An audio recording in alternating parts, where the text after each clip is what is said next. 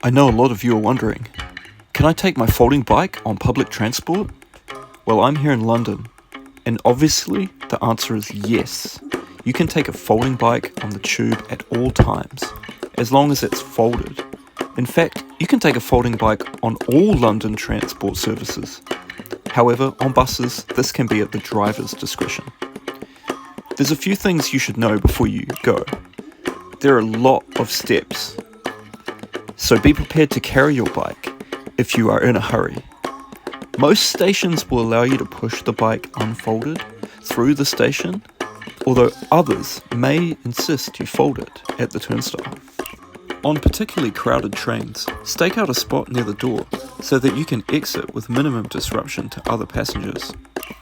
Folding bikes are extremely versatile transport solutions and can be seen everywhere in London, on trains, buses, and of course, riding the roads and cycleways.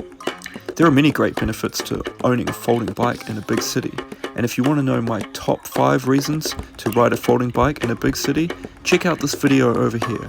My name's Andy, thanks for watching, and I'll see you in the next episode.